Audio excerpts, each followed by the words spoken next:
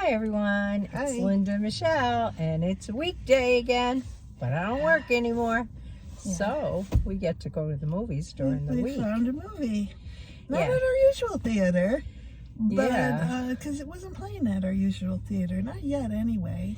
And I don't think it will be, because I think it was only here for 3 days at this theater. I think it's one of these kind of obscure movies that you'd have to really seek out if you wanted to see it. Yeah. But the name of it was called Audrey's Children. Yep, and let me kick a little bit.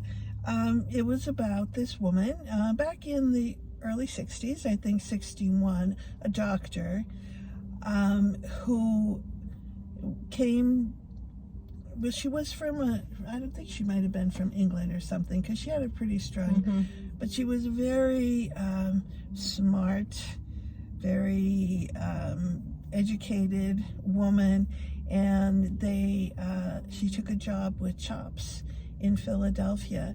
Her specialty was pediatric cancer, and she had a lot of thoughts and ideas on pediatric cancer, but she was such a dynamic woman.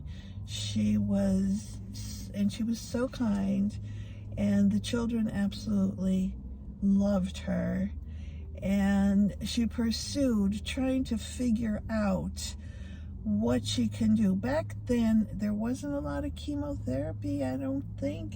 That's the impression I got. They did a lot of radiation. They for weren't the children. There was chemotherapy, but it wasn't used as staging, and it wasn't used in combination of drugs. And they were treating all children the same way, and that was her goal, to explore and find out what each individual child needed to recover from their cancer diagnosis. The physician was Dr. Audrey Evans. She was a pediatric oncologist who took over as the chief of staff the chief of pediatric oncology at CHOP, which is, for those that don't know, Children's Hospital of Philadelphia. Very well known children's hospital that treats kids that really can't be treated in other hospitals.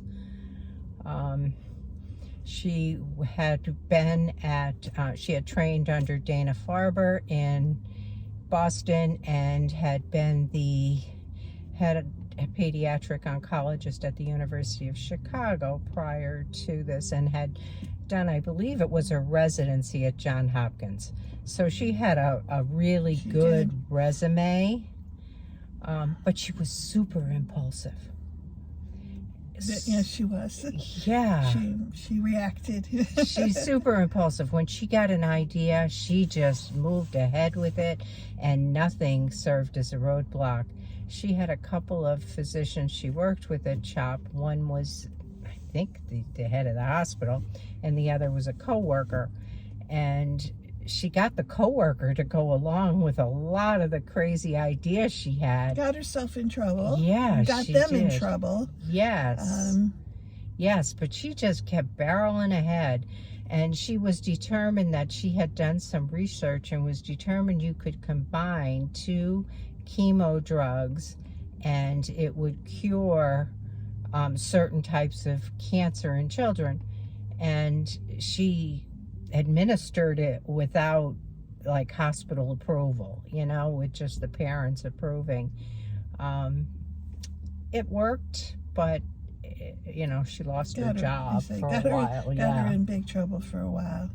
Yeah, but and I think the fact that it did work was one of the reasons they brought her back. Right. Because the doctor who was so against what she was doing was examining the x-rays of this little girl and said it worked. So she then pursued this, along with her other thing was to find a place for parents who are coming from all parts of the country, maybe all parts of the world, with their children, and had to either try to go to a hotel or find a place to rent so that they could be near their children. Some of them had to leave before their child's treatment was done because they just couldn't afford it. So that was her other big thing, to try to find a place where these parents can go for free, relax, rest, and be close to their child. Because in the movie, as you're watching it, you could see they're sleeping all over the place, in the hallways, on the floor. There was just nowhere for them to be. And they were at like total collapse, exhausted, spending days, weeks in the hospital with their children. And so she set out to buy a house. But in those days, you couldn't buy a house as a woman unless you were married and you needed your husband's credentials. And she wasn't married, so she tried to talk somebody into playing the role of her husband. She wasn't successful. But in the end, she was able to finagle the Eagles football team into purchasing a house that the Ronald McDonald charity supported. Eventually supported, yeah. And she actually is responsible for the founding. With their shamrock milkshakes. Yes. But an amazing story. Absolutely amazing. Yeah. Something that I would never know unless I went to see this movie, to be perfectly honest. It was kind of cool because we had someone with us who volunteers at the Ronald McDonald House, and we have one here locally in Scranton, and so that was kind of cool. I mean, I think she, wanted to learn the history, and which was good. But I don't know if we could give it a number, something like this. Well, I mean, because it was so informative, because it was so interesting, I have to give it a 9. Oh, really? Yep. Okay, that's way better than I would do. I was thinking 7, but I would go 8. Okay, so 8. I love those kind of things where where you're learning facts. Right, and it was good. I mean, I was involved. I mean, yes, it was sad. It was horribly sad to see these little ones in the hospital beds and all of that.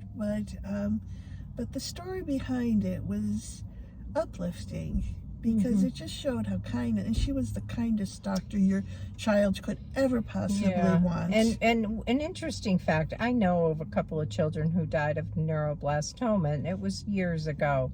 But in the 60s, they said that the survival rate was 10%, and today it's 80%, which is pretty awesome. A lot due to this woman, I would think, to and the her staging research that she did on how to treat different types of where the tumors were located and at what age a child was diagnosed. It was really quite interesting. It was. I was really fascinated by the whole movie. So anyway, if you could find it in your area, or maybe it'll be like on TV at some point. Audrey's Children. Yep. So that's what we have for you, and we will see you on the weekend. Yep. Bye-bye. Take care. Bye.